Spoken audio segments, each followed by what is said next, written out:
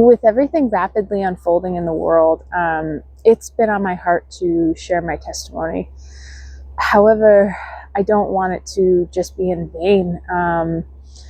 There's too much happening, and this is a plea and this is a cry for people to wake up, and for people to repent, for people to take what is happening seriously, to take God seriously.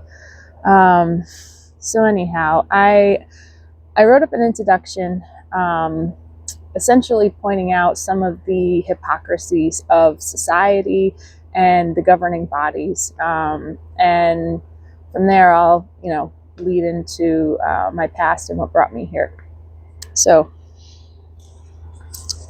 everyone now has a massive hole they're trying to fill because they know something horribly wrong is going on in the world. Some people drink, some do drugs, some are addicted to food, some to sex, some to shopping, and others their own ego boosting. And yet we dare judge one another on the method of escapism, when in reality we're all escaping by some means. We look around and we see economic and moral decay rapidly metastasizing, and yet they tell us we are prosperous. We are wealthy and in need of nothing. Right is wrong and wrong is right. Love equals acceptance, and anything resembling true love is cold hateful. We've been indoctrinated into this Aleister form of love. Do what thou wilt shall be the whole of love, so long as it goes in line with their narrative, of course. Is it more loving for a doctor to tell you that they found cancer? Or is it more loving for them not to say anything to you because they know it will be too painful for you to hear? You're sick and seek medical professionals, whom in return treat you like a number, regurgitate a textbook answer, and shove you out the door with pills. Pills that mask your symptoms and all the while causing more damage. Cows are about to go on a hit list for causing global warming, while our food supply is terrifying to even evaluate, and anything that is even close to being healthy now is so expensive, we have to compromise and eat poison, furthermore keeping us ill. And around we go. We work and stress about going to work because of the stress that is caused by work not being enough for our most basic needs. By design, we have no time to evaluate reality and ask ourselves the hard questions. We've grown accustomed to less while paying more, being consumed by consumerism, and they have designed it this way. Systematically, our identity has been stripped away bit by bit and thrown into a melting pot of epic disasters. We say, let's agree to disagree, but our conflicting morals and values has only led us to a breaking point of no return. They've butchered the idea of the family unit, and now you don't know who wears the pants, or if they both do at this point. People now have castle-high walls because they've been completely demoralized and betrayed by every facet of their reality. They took away anything resembling true community so that we would betray one another and not trust anyone. Like a scared, timid dog ready to bite out of fear, COVID really seemed to put the nail in that coffin. Through subversive means, we've been propagandized to death, and our political sphere has become so blatantly cheap that the media makes WWE look realistic. Our clown show in Washington only drives us closer and closer to their perverted utopia, resembling a form of hell here on Earth. 10 years ago, everyone screamed conspiracy nuts, and now everyone went woke, yet still chant conspiracy nuts as their mast is deemed necessary. Don't you see you're still following their narrative? When Trump first screamed fake news is when all hell broke loose and everyone decided to become a truther, so long as they still went in line with whatever major outlet they sided with. Red, blue, Democrat, Republican, Fox, CNN, blah, blah. It's all the same tactics time and time again. It's two sides of the same coin, and yet they're able to pit us against one another for our political affiliations. Through this fake news agenda, we find ourselves self-censoring to avoid the consequences. Freedom of speech is only pertinent to those who fall in line with their Gnostic ideologies under the guise of love, peace, acceptance, and social justice. Their power is illusionary, and yet so is our freedom. We live in this paradoxical existence that is made of iron and equally fragile. When will you wake up and see they will forever be dangling the carrot and utilizing the usual bread and circus acts, as there is no new thing under the sun? I feel like Russell Crowe in Gladiator when he's like, "Are you not entertained?" I had to. Rome had a Colosseum. We have a worldwide Colosseum called our black screen devices. They feed us whatever entertainment we demand and crave at whatever time of day we command it. We tell ourselves we made the decisions we did, but was it our own genuine thoughts? Or was it a lifetime of grooming and conditioning, feeding our own selfish desires, allowing us an outlet of like-minded individuals fighting for the same beliefs? Was Antifa a naturally formulated group? Or was it funded and seeded by the powers that be? We lull ourselves and our children to sleep with these dead black screens. Are you not entertained? They have said for years how dangerous AI is and how they're summoning a demon. Or the beings they're summoning don't give a bleep about you, and yet they can wield this power. They still develop the technology they say is oh so very dangerous. God created everything with absolute perfection, with no need to genetically modify or summon their AI gods. Jesus said, "My people perish for lack of knowledge." We live in a world where knowledge is right at our fingertips, and yet headliner warriors storm and rage and regurgitate whatever their AI answer tells them, or by scrolling through TikTok, consuming everything from funny cat videos to aliens, earning them the badge of truther. And now they can use the infamous line, "I've done my research." Why the educational system when your device can just tell you the answers? Why the need for conviction when your device can just tell you the right and wrong? Why stop there? Why not just AI governance? You start with a penny, which will soon lead to the dollar. We are hooked on true crime and have no problem believing the serial murderers on TV can be charming and charismatic to lure their victims. But it is inconceivable to believe the monsters in Hollywood and politicians could be just that. We march for sexual perversion and immorality, but cover our ears to the true horrors going on each and every day, to the most troubling realities facing our nation. Pedophiles litter the most influential. But pedophile is a hateful term, and minor attracted persons is more loving and accepting. The child's life that the Mac destroyed gets swept under the rug, but march and march on for your right to sexual perversion and inclusivity. Society has been lulled to sleep and following the Pied Piper right off a cliff. Growing up, that saying, "the greatest lie the devil ever told," was convincing everyone he doesn't exist, was once applicable. But now we live in a world where he is sought out. We embrace witchcraft as cute and fluffy, or some prideful guru superiority complex of evolution and enlightenment.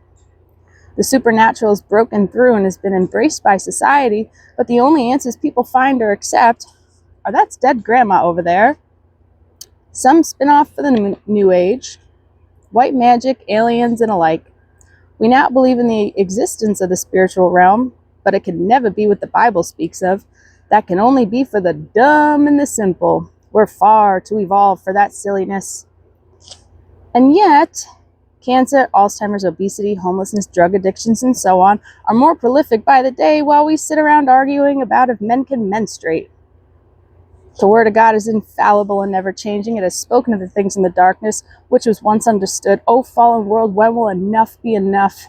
We are devoid of God because God has been completely and utterly misrepresented, while systematically removing him from society, to the point where now you're ousted for truly walking in faith. But yet everyone calls themselves a Christian. These pretend churches do nothing but pervert the word of God, requiring mental gymnastics to rationalize their false teachings. These false teachings that only act to justify their own sin and filth, ruining the congregation they were entrusted to lead. They peddle Jesus and chant, "Come get your blessings here." Woe to you false teachers. We know our efforts of do-gooderism are in vain because we know there is a much deeper problem at root. We know there is a cancer of a parasitic nature that is in the underbelly of society that needs to be addressed before any true change can be made. We continue on our vain path because perhaps we can purchase our ticket into heaven by manipulating God. Or we can put on a good show to keep up with societal expectations while simultaneously earning us a great photo op for Facebook. Now we find ourselves seeking an antichrist counterfeit Jesus that is molded and sculpted into whatever form we'd like. We have New Age hippie Jesus, or would you like the gay Jesus? Or how about the new alien Jesus? And then I recently seen an AI Jesus, and that one seemed really cool because I'm pretty sure he's on the screen and that one could talk back to you. But I almost forgot. The Vicar of Christ himself is here on earth. Oh, fallen world, take your pick. Because my Jesus came and rebuked those scribes and Pharisees of old. My Jesus came and ripped down strongholds, setting the captives free. My Jesus is a conqueror whose words are sharper than any double-edged sword. My Jesus rose with the keys to death and Hades. And my Jesus will be coming back to rule and reign. My Jesus came and showed us what true love looks like. And my Jesus is the only one who can truly save, which is why I wanted to share my testimony. My heart is shattered by the pain and hopelessness that I see all around. In the last days, Jesus said, do not be deceived. And we live in a world that operates on deception. We have the antidote, but how can you convince anyone that everything they've been told since birth is a lie? How can you convince anyone the life they're living is a lie? The only thing I can do is share my story in hopes it will resonate with someone or bring comfort to someone who's already there but feels alone. And yeah, that's just my take on some of the things that I see going on. So how did I get here? It was many years ago. I'm turning into an old lady now, so please forgive me. Looking back, I feel like I had the most magical childhood. It wasn't because we had a lot of money. I come from a single mother of six girls. I'm just kidding. I love my sisters. They're amazing. My mom is the most incredible person and mother you could ever ask for. And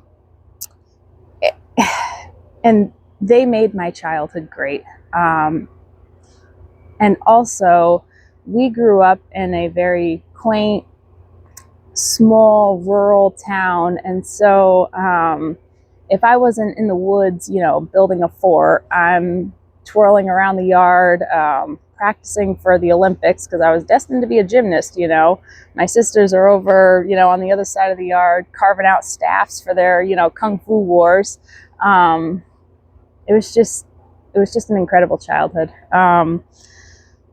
But we had no religion or anything in the house. The only thing I knew of God was if I slept over at a friend's house and, we went to a church on a Sunday or whatever.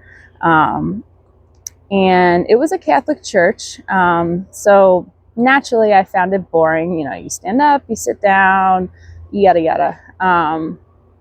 But I do remember it always felt dead to me. It felt fake. I don't know, just nothing seemed real about it. But I continued to go because, I just wanted to spend time with my friend. Yeah, fast forward, I get to high school and things really seemed to change for me there. I don't know. I was very angry, rebellious. I started partying a lot, skipping out of school, fighting, getting arrested, and it just seemed like wherever trouble was, I would find it. And I just had this hole in me, this emptiness that I was trying to fill. Yeah, it no matter what I did, that emptiness remained up until literally the day I came to God. Just so I don't forget to mention that later. Yeah, and then fast forward, I was going on 20. My boyfriend at the time and I, we get an apartment, and I was there probably just a few weeks. I know I was pretty new to my job because we had relocated. So yeah, and I woke up one morning and the left side of my face was really swollen. And I didn't want to call out. Like I said, I just started my job. So I go in, they see me, and they send me home. But I didn't have insurance, so I went to the ER because, like I said, I just started my job, and to my surprise, the doctor there that seen me, he was absolutely wonderful. He genuinely cared. He took the time, to figure out what was going on. I will never forget that man. And so we did an X-ray of my face because he thought that I had a lymph node stones. And when that X-ray came through, he caught a glimpse of my chest. So they sent me back down, and they took another X-ray. And in his words, I had a football-sized tumor growing between my heart and my lung. And from there, I was immediately admitted to the hospital because, like I said, I didn't have insurance, and for whatever reason, if I had left, they wouldn't have been able to get an approval for state insurance or whatever. So yeah, I was admitted, and it was that was really devastating. I'm almost 20. I'm in my prime. I'm starting this new life, and now I'm hit with this. My family was absolutely devastated. That was very, very hard, making those phone calls.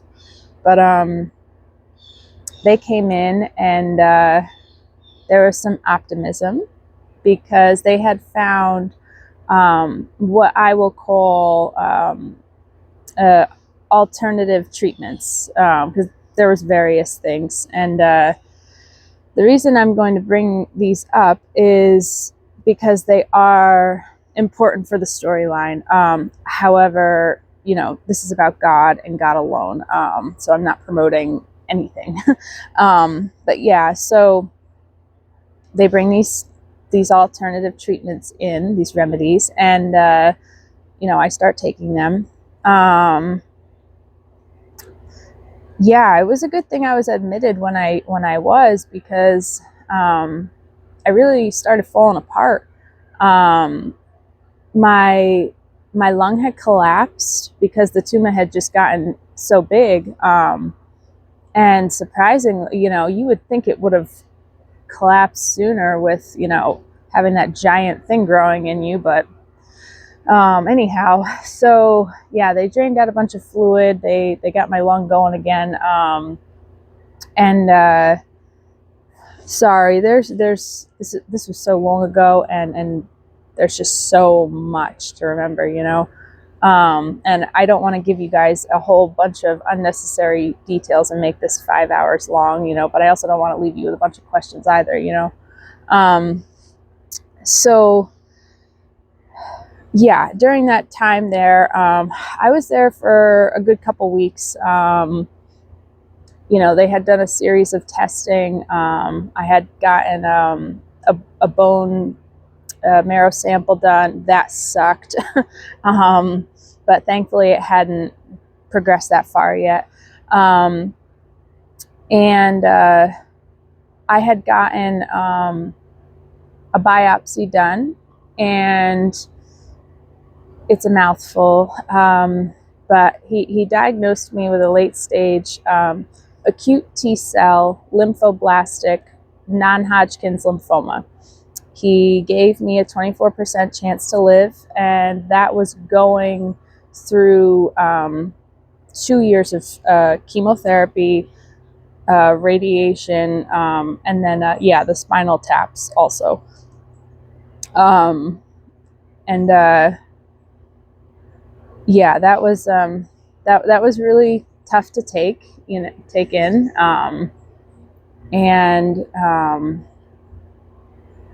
So I was at that hospital for a couple weeks. They get the approval for the insurance, especially after the diagnosis. And because of the aggression of the type of cancer that I had, the oncologist said that I had to have he called it a port, installed right on my chest here, under my skin. And hopefully I explained this properly, but I asked him, like, why the heck do I have to have this thing installed in me? Why can't we just go through a normal avenue, my hand, my arm, whatever?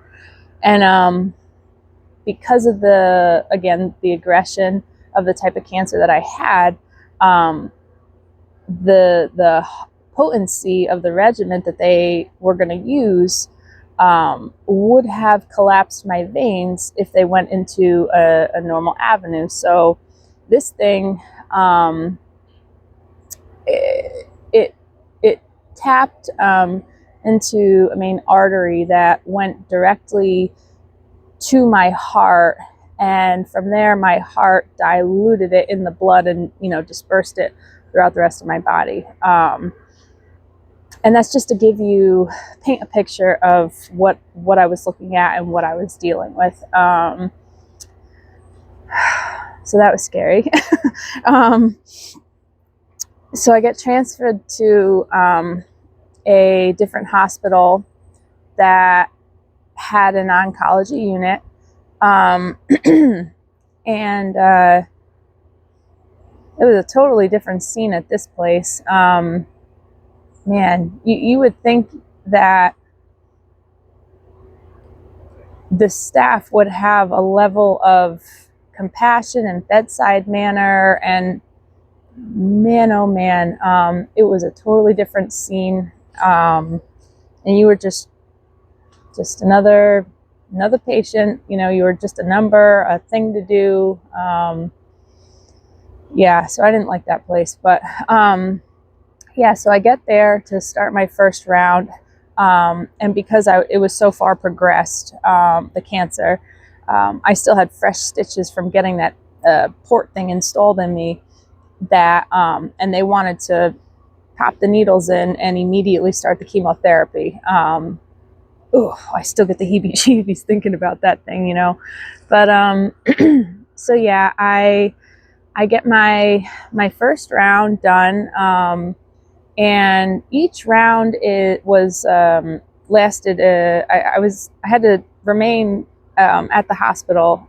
It was a week and a half per treatment, and there were 8 cycles. And then after administering it, I was able to go home and take a break. Well, I finally finished my first round, and I had been, since the day I walked into the hospital, the first one, it had been about a month that I had been hospitalized. Now I finally get to go home for the first time, which was really, really nice. So yeah, I go home for the first time, and through that time, I think I had I don't know, it was about a week or two that I got to stay home before I ended up, having to go back in. But in between that time, I had to do testing and scans and all that. And I met with my oncologist to discuss next steps. And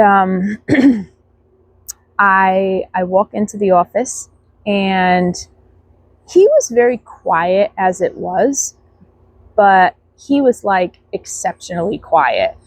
And that freaked me out, because I'm thinking, the cancer had metastasized, and I was just going to be toast. Yes, I had that football, but I was also riddled with tumors throughout, the rest of my body as well. So yeah, that's what I was expecting, because you could tell there was a level of perplexity, and he had something on his mind. So anyhow, he sits me down and proceeds to tell me that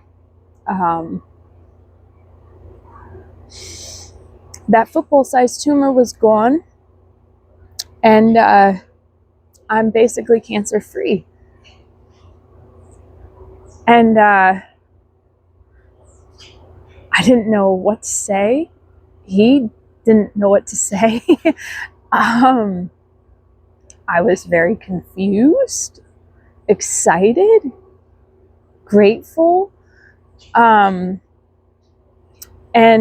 you know, you would think that this is where my story ends and I came to God and that was it. But that's not it. So he asks me, basically, what did you do? You could tell he didn't want to ask, but he couldn't help to it like slipped out, you know. So I proceeded to tell him about the herbal remedies and you know, everything that my family was bringing in for me. And from there, he just didn't want to hear it. That was it.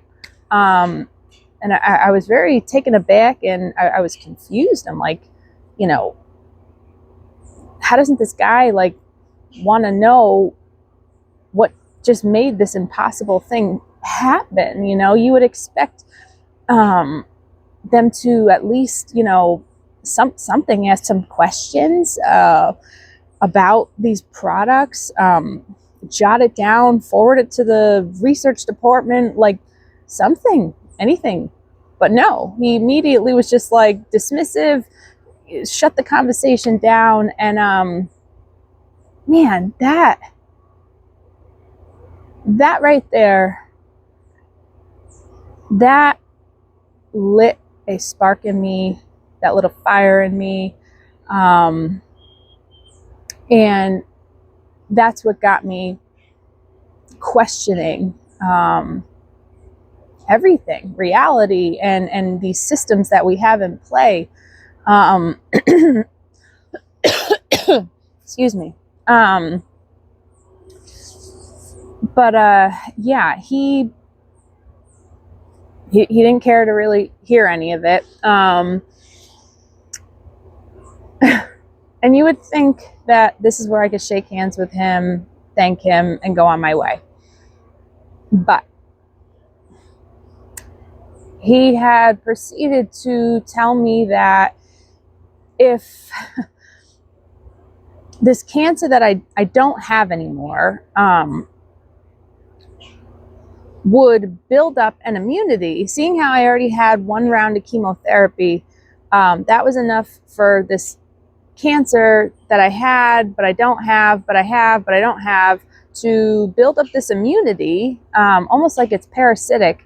And if it came back, I'd be toast, I'd be screwed.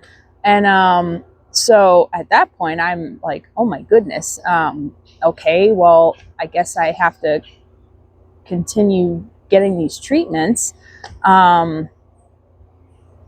But I was just so confused by the whole thing. You know, it didn't make any sense to me, but, you know, I was young, naive, scared, confused. And at this point, I had given no credence to these alternative treatments. But at the same time, something miraculous just happened that I have no other explanation for.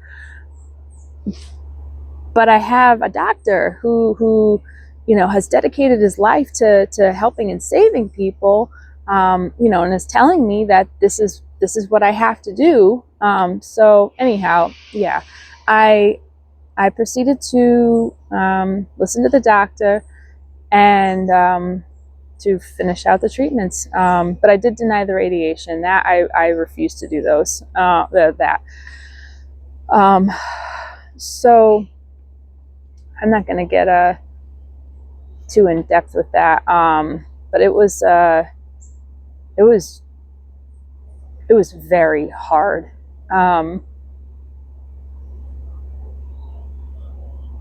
I shriveled down to probably about 95 pounds soaking wet. I had no hair. I didn't even have eyelashes. If you looked at me, I would be bruising. Those spinal taps that I was getting, something had gone wrong during one of them, and from that point on, my legs would kick out from under me.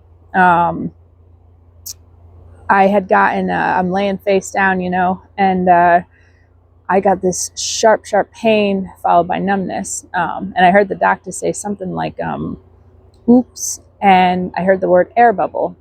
But I didn't even mention at that point. This was further into it. I had gotten to such a place of being so demoralized, just so sick, so weak, not only physically but mentally. It's like this whole thing had really beaten me down, and like I said, there was a totally different scene there. The hospital staff there was just some type of weird evil in that place, you know what I mean?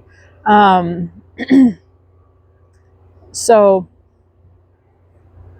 yeah, I go through, and I'm finishing out the cycles. You would think that I would regret listening to the doctor and continuing to receive the treatments, but I don't. As horrible as it is to be treated like a guinea pig, I needed to go through that. I needed to see the corruption. I needed to see the evil in that place, because, like I said, I basically didn't need to be in there at this point. I didn't have this cancer, but I have to go through hell so that this cancer doesn't come back that I don't have, because it built up an immunity. The whole thing that I was just going on about. But and I'm taking these alternative treatments that my family is, spending their money on and bringing to me. I'd come back, and from like a scan or something, I'd leave my room, and the hospital staff was rifling through my stuff and throwing away my alternative treatments, the very thing that I could only rationalize at the time that made this miraculous, impossible thing to happen. They're throwing it away. And anyhow, I needed to see all of that, because had I not experienced those things, had I not experienced the just the sadness in the other patient's eyes, and the hopelessness that they had, it wouldn't have driven me the way that it did, because I had developed this hunger and this thirst for the truth. And that's what I took away from that experience.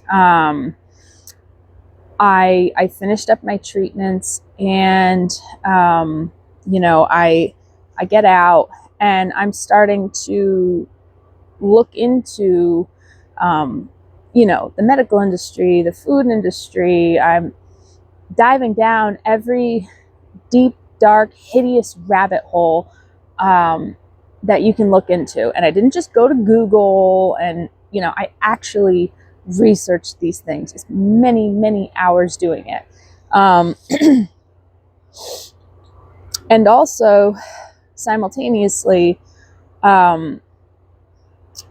while I'm, going through the research and this, that, and the other thing, there was a lot of people that had heard what had happened to me through, friends and family or whatever. So they wanted to know, like, what did you do? What were you taking? And I would tell them, I explain everything that I was taking, and there were those that didn't make it. And so at that point, I was really lost and really crushed, because I'm thinking to myself, like, man, how is this possible? Like, I had this horrid late stage aggressive cancer, and not minimizing, what they were dealing with, but I'm thinking, how didn't it work for this person? This doesn't make any sense. And so I was really crushed. I was really lost at that point. And I kind of threw my hands in the air at this point, because, like I said, I had no knowledge for God. I actually, I hate admitting this, but at that point, I actually detested the idea of him, because all that I knew was babies and diapers and wings and harps and all this fluffy stuff, this religiosity with no meaning and no depth behind it. And I used to say, like, it's just a fairy tale for adults. That's it. But I didn't have the answers. I never claimed to. Keep that away from me. I want nothing to do with it. That was my stance on God. And it's just sad, because things back then,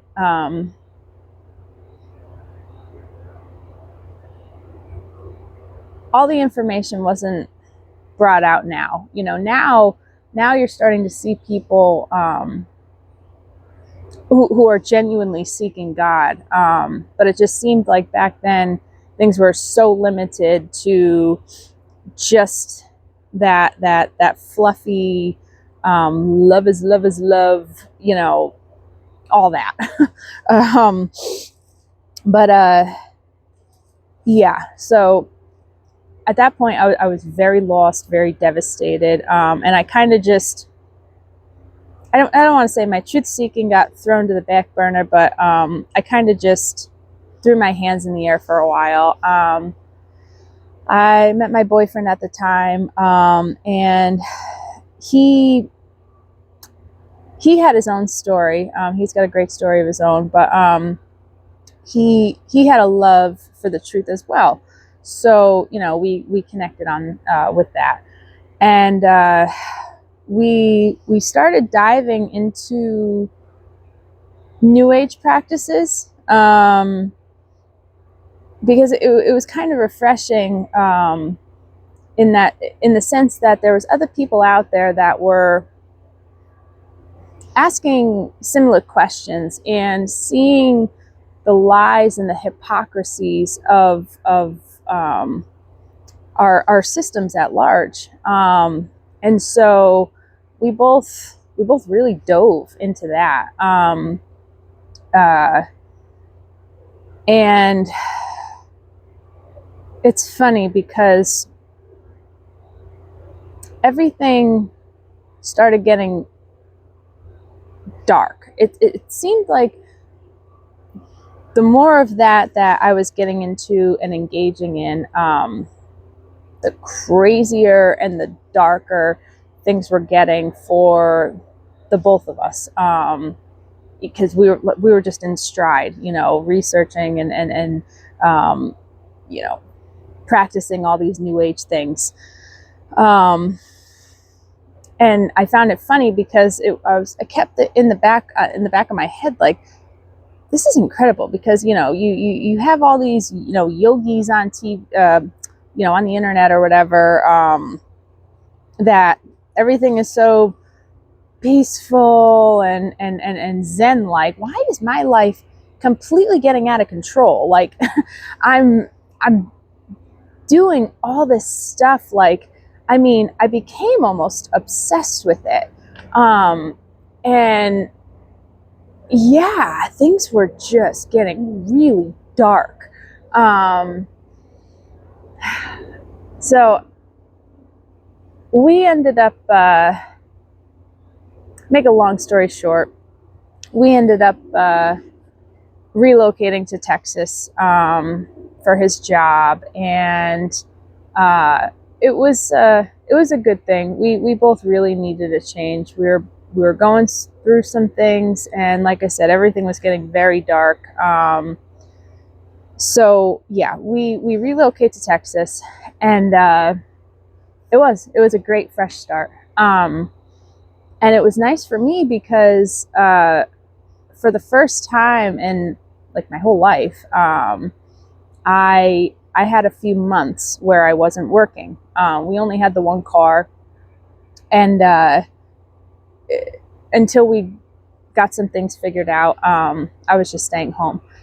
And so I started just researching again. I started just seeking the truth, because this whole new age thing just really wasn't working for me. Something always just seemed false, you know. Not only was my life getting darker, it just felt like there were so many broken promises and so on and so forth. So, but I didn't have any other answers, and I just, you know, so anyways, yeah, I start diving into the truth, and it got to a point where I had explored what seemed like every avenue, every wicked thing in this world, you know.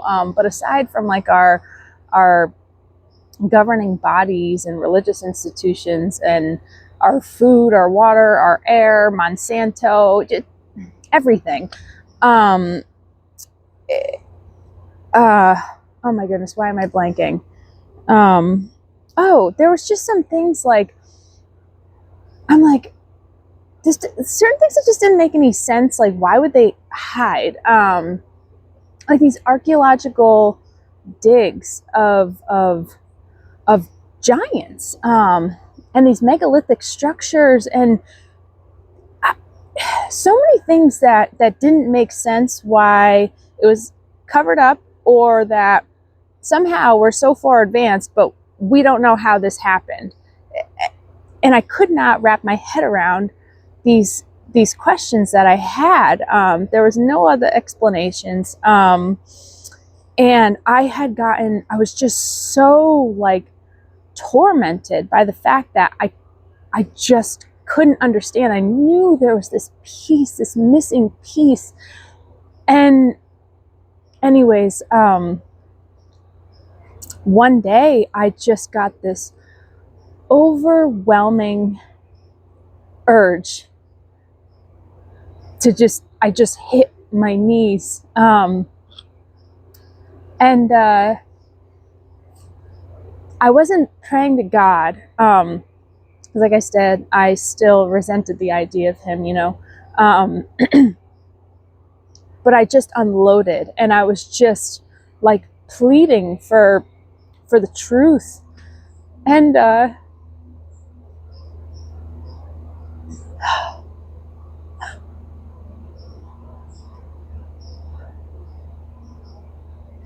was filled with the most overwhelming love. This love of God, this peace, and this peace like in my spirit, that I finally knew what that piece that I had been missing, you know, that connected everything I had been researching. And I had just wanted to just scream Jesus from the rooftops. And the crazy thing is I was filled with this peace and this overwhelming love. And I had absolutely no idea why I felt that way. I never read the Bible. I had absolutely no idea what the thing says. But I just knew. And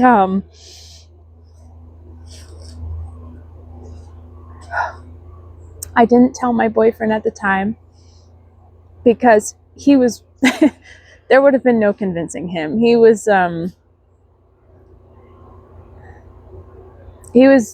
very devoted to his New Age beliefs and practices. And I just kept my mouth shut because I also know how it's almost like you're frowned upon for that belief. Like I can't explain it. I'm just gonna leave it there. But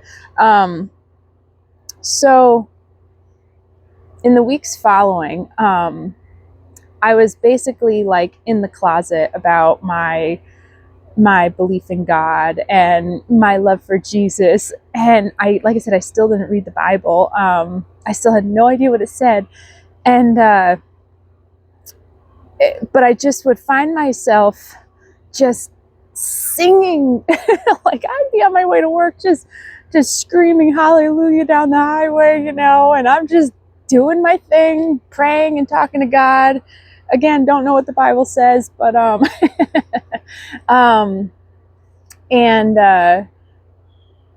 during that time, it's like all these incredible things started happening. All these things that were way too coincidental. I'm going to keep those to myself. But it was like God just confirming and reaffirming, because I was just like in this weird place of like, I believe, but I have no idea why I believe, you know what I mean? So anyways, my one day, he comes home from work, and I looked at him differently. I looked at him with more love and more compassion than I knew imaginable. And he was so tired. That job had just been like beating him down, wearing him down, and he just goes to bed. He is just exhausted. And I remember I again got that overwhelming urge to pray. And I just remember, I knelt down next to him and I just cried and was pleading on his behalf, to wake him up, because I knew that the thing that he did to me, he could do to him too, and I know I was weird, in this weird place where it was like, I believe, but I don't know why I believe. So I just remember being like, I know you're real, but I have like no proof. So if you wake him up within, it was like 24 or 48 hours. I forget what I landed on. I will, I will believe, and I will know. And so, anyways, next day he comes home, and he walks in and it's like, hey, I really got to talk to you. And you could see he was like glowing, and he was excited. So I'm thinking naturally, like, he got this great promotion, and I was gonna have to pretend to be excited, and well, not that I wouldn't actually be excited for him, but like, I'm all like in love with God right now. So promotions they're just not on that level, you know. So yeah, we sit down and he proceeds to tell me that God is real. I I couldn't even I couldn't even believe my ears. He didn't even tell me like how that happened. Like you were just zenning out last night, and then today you come home and you believe in God, and I'm going like, what? But I know what happened to me. He didn't need to explain to me. So, anyways, it was just so funny because I was telling him like, oh my goodness, like I've been in the closet about this thing for weeks now, and we're both just so happy that we each believe, and so we're like, what do we do now? Because we're thinking we have to like sell all of our stuff and go around with a backpack on missionary work, and but then we're like, oh, we just got to get some Bibles. We got to know what it says. I'm sorry. Oh. Whenever I think back on that time, it always just makes me smile.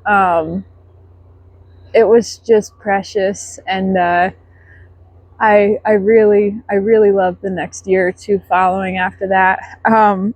So we both get our first Bibles, and I burned through that thing. I mean, I just could not get enough.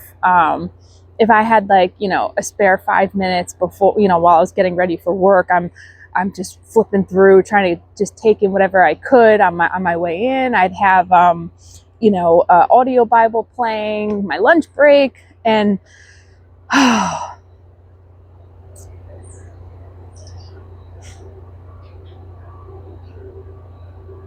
when I ever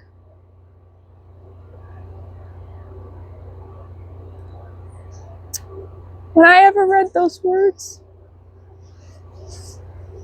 I knew what I felt my whole life about just the falsity of what I had seen from, the churches and so on and so forth was true and was real. And I also knew that everything I felt after he woke up was real too. Guys, God is so good. He is so good. And it has just been an incredible journey ever since. Because that's not where my journey ended. That was just the beginning. He had breathed new life into me. There were struggles that I had that were just gone. Just certain things. And I would look back like, oh my goodness, I had done that my whole life. I don't do this anymore. Other things I'm still working out till this day.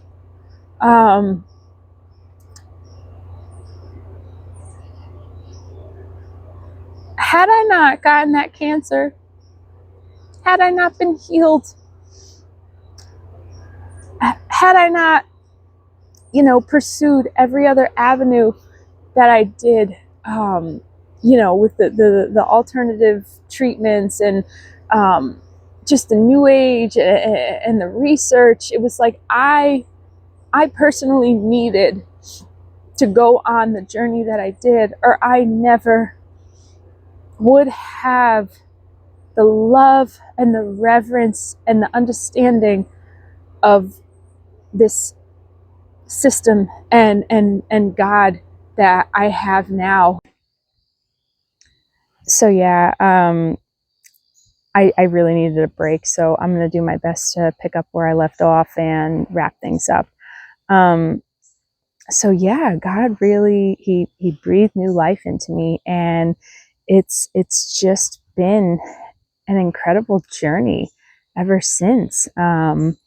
I It hasn't been easy. I've had my struggles, I've been learning how to live in this world, but walk in his, and try and do my best to walk in his ways. And that can prove difficult at times. I have stumbled, I have fallen, and every time he is there to just pull me back up.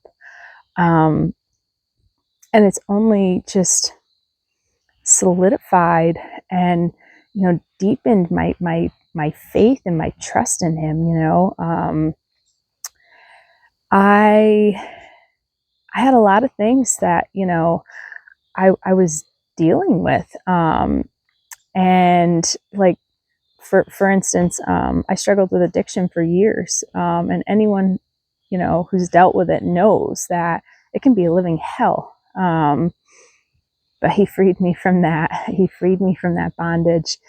I no longer find myself trying to live up to societal expectations, and these unachievable bars. I can love deeper and on a different level. He's just been setting me free and transforming me from the inside out. And I can't even imagine my life without him anymore. And so if just to tell you all anything, it would just be to stop putting your hope and your faith and your trust in a world, in a system, in these talking heads that are designed to fail you. God is the only one who will never fail you. And just to love each other. Everybody is going through it right now. Everybody is struggling, whether it be financially, emotionally, physically, or all three. Just be kind and compassionate to others, and don't take the time that you have for granted. Cherish those around you. I woke up and my life completely changed. I didn't know I had cancer, I still to this day don't know why God saved me. I ask myself that regularly, but it could have ended very differently. Things are just speeding up so rapidly. We all used to reflect, on the good old days and grandma's cooking and all that. Now the good old days, they were a month ago. They were a week ago.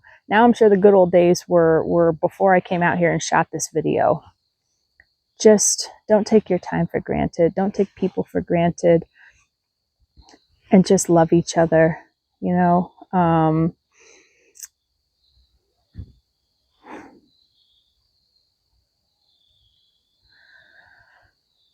So I will leave you off with this. I pray that the scales be removed from their eyes like Saul, so that they might have eyes to see and ears to hear. I pray for the childlike faith of David, so they might be able to slay whatever Goliath comes their way. I pray for the tenacity and resolve of Daniel, who was able to stand in the courts of kings, wicked kings, without stumbling, who had such a knowing of his God that he was able to go down to the lion's den with all boldness and fearlessness. I pray they be filled with true love. True love that was walked out by our King and our Messiah, Jesus Christ. And through this great love, he was able to stand alone and plant his feet firm to the governors, to the religious institutions, who made himself low so that we might be elevated. And in this great love, he healed the people, but not only of their physical maladies, but spiritually. He set the captives free, and they didn't recognize him.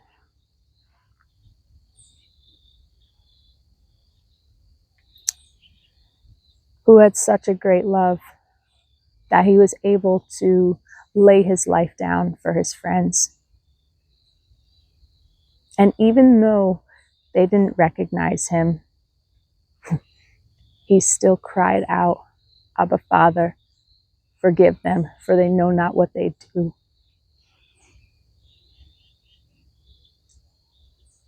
Knock, and the door will be opened. Seek, and you will find.